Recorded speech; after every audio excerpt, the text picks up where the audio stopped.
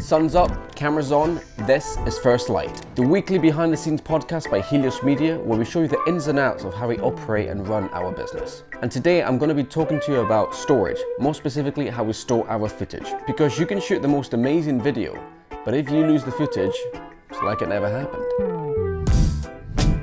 Hi, I'm Eric, and like I said, today we're going to talk about storage.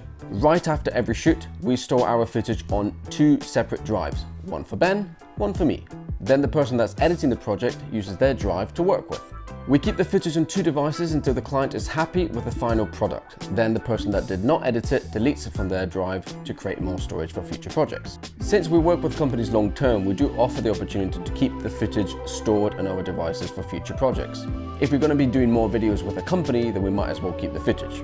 This way we're guaranteeing 2 things. First of all, the footage is safely stored. Even if the person that's editing the project has an issue with the drive, there's a second drive with the footage.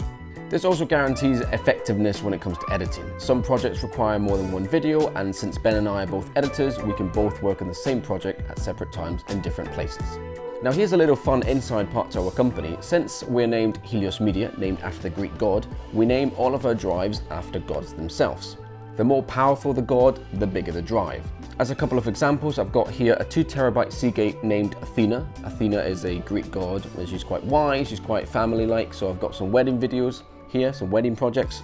And then I have a 5 terabyte Seagate called Talos. For all your Skyrim fans, you might know that. Talos is quite a powerful god, therefore it is bigger than Athena and chunkier. And it stores more footage. I have a lot of different projects on this one. Like this, all of our devices are easily recognizable from a name perspective, and we have a map online just to make sure that we know where everything is kept.